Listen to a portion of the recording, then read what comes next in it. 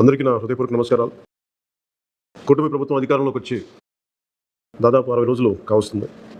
నేను పంచాయతీరాజ్ శాఖ, అటవీ శాఖ బాధ్యతలు స్వీకరించిన తర్వాత పంచాయతీ శాఖకు సంబంధించి చాలా రివ్యూలు చేశాం. రూరల్ వాటర్ సప్లై, రోడ్లకు సంబంధించి చాలా రిపోర్ట్స్లో తెలియజేస్తూనే వచ్చాను. ఏ స్థాయిలో నిధులు సరిగ్గా పంపిణీ జరగలేదు, వచ్చినా దాని దుర్వినియోగం జరిగినాయి.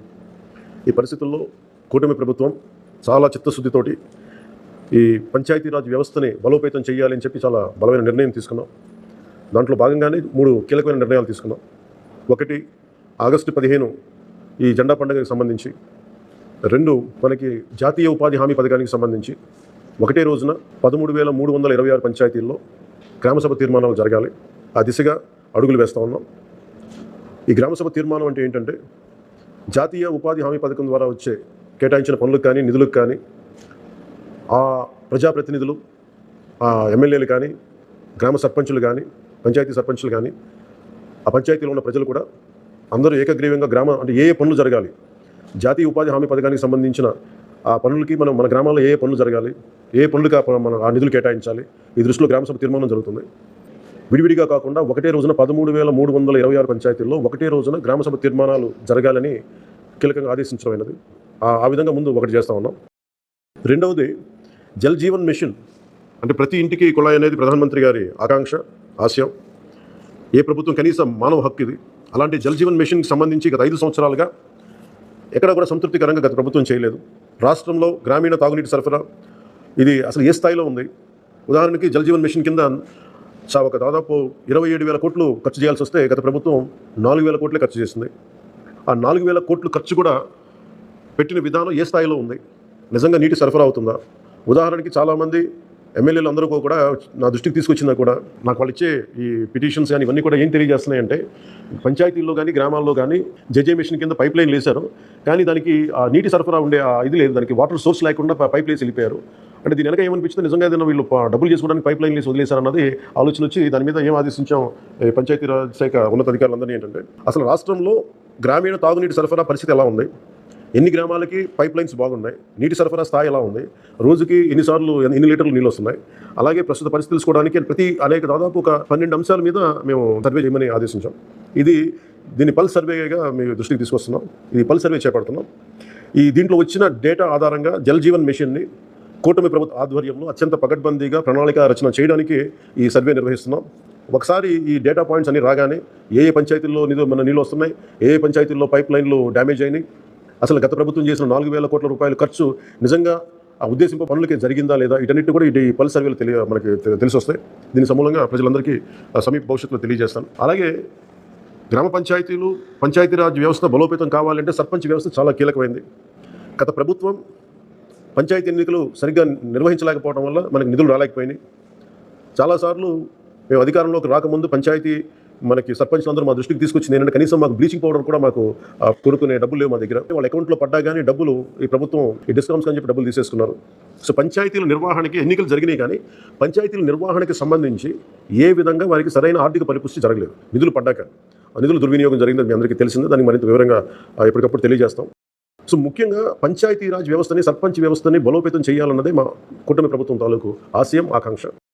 దాంట్లో భాగంగా ఇప్పుడు దాకా గత 30 సంవత్సరాలుగా, గత 1990 నుంచి ఇప్పటిదాకా ఎప్పుడు మన 15 ఆగస్టు పండుగ జరపడానికి ఇప్పటిదాకా నిధులు ఇప్పుడు సమకూర్చలేదు. చాలా నామకే వాస్తే నామమాత్రంగా ప్రతి పంచాయతీకి, చిన్న పెద్ద పంచాయతీలకి 100 రూపాయలు, చిన్న పంచాయతీలకి, పెద్ద పంచాయతీలు 250 రూపాయలు చొప్పున ఇచ్చాం. ఒకవైపేమో గాంధీ గారి కళల కన్నా పల్లెలు పట్టుకోమని అంటూ ఉంటాం, గ్రామీణ స్వరాజ్యం అని మాట్లాడతాం, కానీ ఎన్నికల్లో నిలబడ్డ పంచాయతీ సర్పంచ్కి మటుకు జెండా పండుగ నిర్వహించాలంటే వాళ్ళకి ఇచ్చే డబ్బులు 100 రూపాయలు, 250 రూపాయలు. ఈ రివ్యూ మీటింగ్స్లో మాకు తేలింది ఏంటంటే, 100 రూపాయలకి, 250 రూపాయలకి 13,326 పంచాయతీల్లో ఏం చేయగలరు? మేము ఒకటే ఆదేశించడం రాగానే చాలా ఘనంగా జరుపుకోవాలి. గాంధీ గారి ఈ గ్రామ స్వరాజ్యాన్ని నిజంగా మనం ముందుకు తీసుకెళ్లాలంటే ఆ స్టేట్మెంట్ చాలా బలంగా ఇవ్వాలి. 1994లో ఇచ్చిన జీవో 100 రూపాయలు, 250 రూపాయలు, ఒకటి స్వాతంత్ర దినోత్సవానికి, 2 గణతంత్ర దినోత్సవానికి, వాటిని పెంపొందించేలాగా, వాటిని పెంచేలాగా ఒక కీలకమైన నిర్ణయం తీసుకుంది ఈ కూటమి ప్రభుత్వం. ప్రతి ఒక్క పంచాయతీలో సర్పంచులు తలెత్తుకొని సగౌరవంగా జెండా వందనం చేసేలాగా రాష్ట్రంలోని ఎన్డీఏ ప్రభుత్వం నిర్ణయం తీసుకుంది. ఆగస్టు 15న స్వాతంత్ర దినోత్సవ వేడుకల నిర్వహణకు నిధులు కొరత లేకుండా చేశాం. చిన్న పంచాయతీలకి 10,000 రూపాయలు, మేజర్ పంచాయతీలకి 25,000 రూపాయల చొప్పున నిధులు సమకూరుస్తున్నాం. దానికోసమని జీవోను కూడా రిలీజ్ చేశాం. దీనిని పంచాయతీ సర్పంచులు దీన్ని పూర్తిగా సద్వినియోగం చేసుకోమని నేను విన్నవించుకుంటా ఉన్నాను. ఇప్పటి వరకు పంచాయతీలకు ఇంత పెద్ద స్థాయిలో ఆగస్టు 15 జనవరి 26 వేడుకలకు నిధులు ఇచ్చింది లేదు. 34 సంవత్సరాలుగా 1990 నుంచి ఈ మొత్తం ఇప్పటిదాకా పెంచలేదు. 34 సంవత్సరాలుగా ఈ పండుగలకి జెండా వందనం పండుగ కానీ గణతంత్ర దినోత్సవానికి కానీ 100 రూపాయలు 200 రూపాయలు చొప్పున ఇచ్చేవాళ్ళు. ఈ మొత్తాన్ని గణనీయంగా పెంచాలని చెప్పి కూటమి ప్రభుత్వం నిర్ణయం తీసుకొని జీవో జారీ చేసింది. 13,326 పంచాయతీల్లో ఘనంగా గౌరవంగా స్వాతంత్ర దినోత్సవ వేడుకలు సాగాలన్నది మా కూటమి ప్రభుత్వం ఉద్దేశం. ఇప్పటి వరకు సర్పంచులు అతి స్వల్ప మొత్తాలతో వేడుకలను ఘనంగా చేయలేకపోయేవాళ్ళు. ఈ విషయం నా దృష్టికి వచ్చింది రివ్యూస్లో.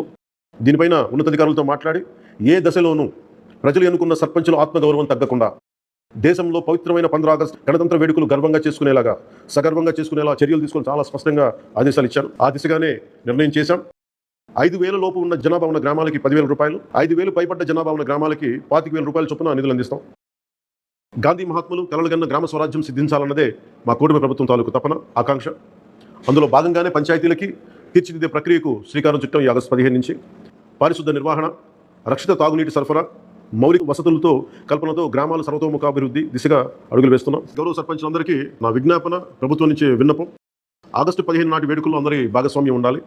పంచాయతీ పరిధిలోని పాఠశాలల్లో వ్యాసరచన, క్విజ్, డిబేట్ పోటీలు, క్రీడా పోటీలు నిర్వహించాలని కోరుకుంటా ఉన్నాం.